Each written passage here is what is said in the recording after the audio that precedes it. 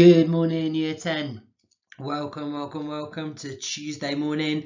Important tutor today. We're talking school business from your letter yesterday.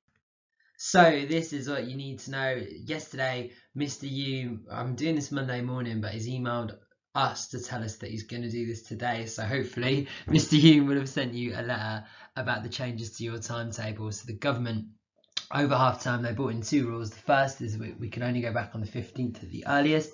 And then the second was you can only have 25% of a year group in at the same time. So the old plan wouldn't work because too many students would be in. So basically 25%, they've split the year group into 4 and you'll have 1 day in school per week, obviously. So you'll have 1 day in per week, and then every 4 weeks you'll have 2 days in per week. Yeah, so it'll be Monday to Thursday and then Friday. So that is what you need to know.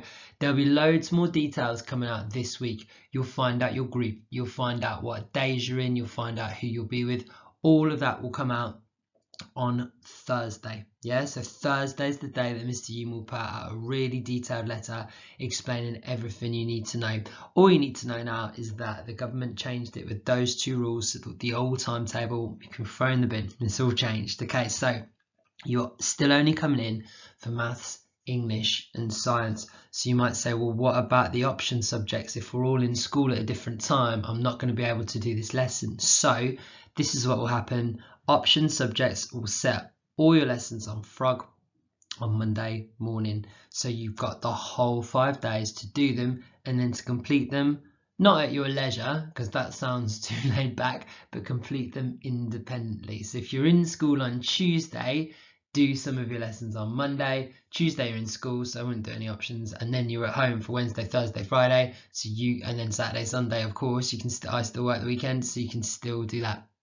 So you need to be independent, you will need to stay on top of it, you'll need to remember what you've done to make sure you're keeping up, because you don't just do English, you don't just do GCSEs in English, maths and science. All your option subjects matter for everything, so make sure you're working hard on them, make sure you're independent. So tomorrow's tutor then, I'll go through the school social distancing rules. Made a PowerPoint about it. Mr. Yu asked me to. I don't know if he likes it or not. I don't know if anyone else will see it but us, but it's made. So there we go. It's something to look at. So school social distancing rules, what you'll need to do whilst in Glenthorne to stay safe. I'll talk about that a bit today. Then on Thursday, I'll go through the timetable if I've got a copy of it, and I'll talk you through it in more detail to hopefully help you out. And then on Friday, we'll talk about how to work independently, because you're going to need to do that with your options subjects set to you. So all of that is coming to you. Important tutor times this week. The days of ranking chocolate bars are over. It is back to business.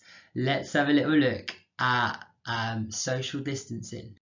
So I've made like a social distancing PowerPoint where it talks about the importance of social distancing and what you need to do at Glenthorne. And I've got a really good video. I don't think it'll work on this PowerPoint, so I'll put the link down as well. So what you need to know, yeah, is out of school and in school, social distancing is the thing that matters most.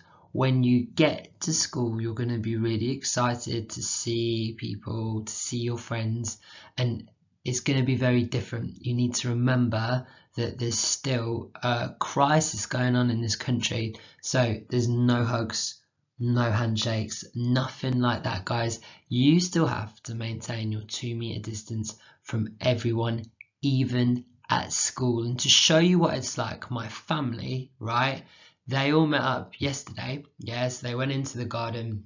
My sister, her boyfriend, my niece, my sister's kid, and then my mum and dad, and they all like maintained a difference. And I said before, why can't I come? And my mum said, because you've been in school, because I had to look after like key workers and stuff, you can't come, because obviously my mum's high risk and like really worried about getting coronavirus because she'd really struggle with it. So that's it. I've been cut out of my family, and that is how serious people are taking it, because for some people this is a very serious thing to do. So just remember that. I know it doesn't affect children and students and people your age as much, but you can still carry it, and then that can still give it to someone who could give it to someone else. You could give it to my mum. So think about all those things.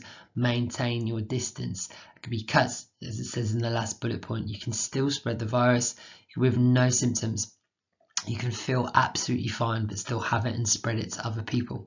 And infection rates are falling, but they're still high. They're still higher than France, Spain, Italy, Germany. Every other country in Europe's got a lower infection rate than us. Think of that. I think we're the third highest in the world. So you need to remember that. Do your duty, save lives, make sure you stay away, make sure you keep your 2 meter distance, and it does matter. To show you that, I've got this amazing video about ping pong balls. I'll try and show it here. I'll put the link in the description. Watch it. This shows you what social distancing does.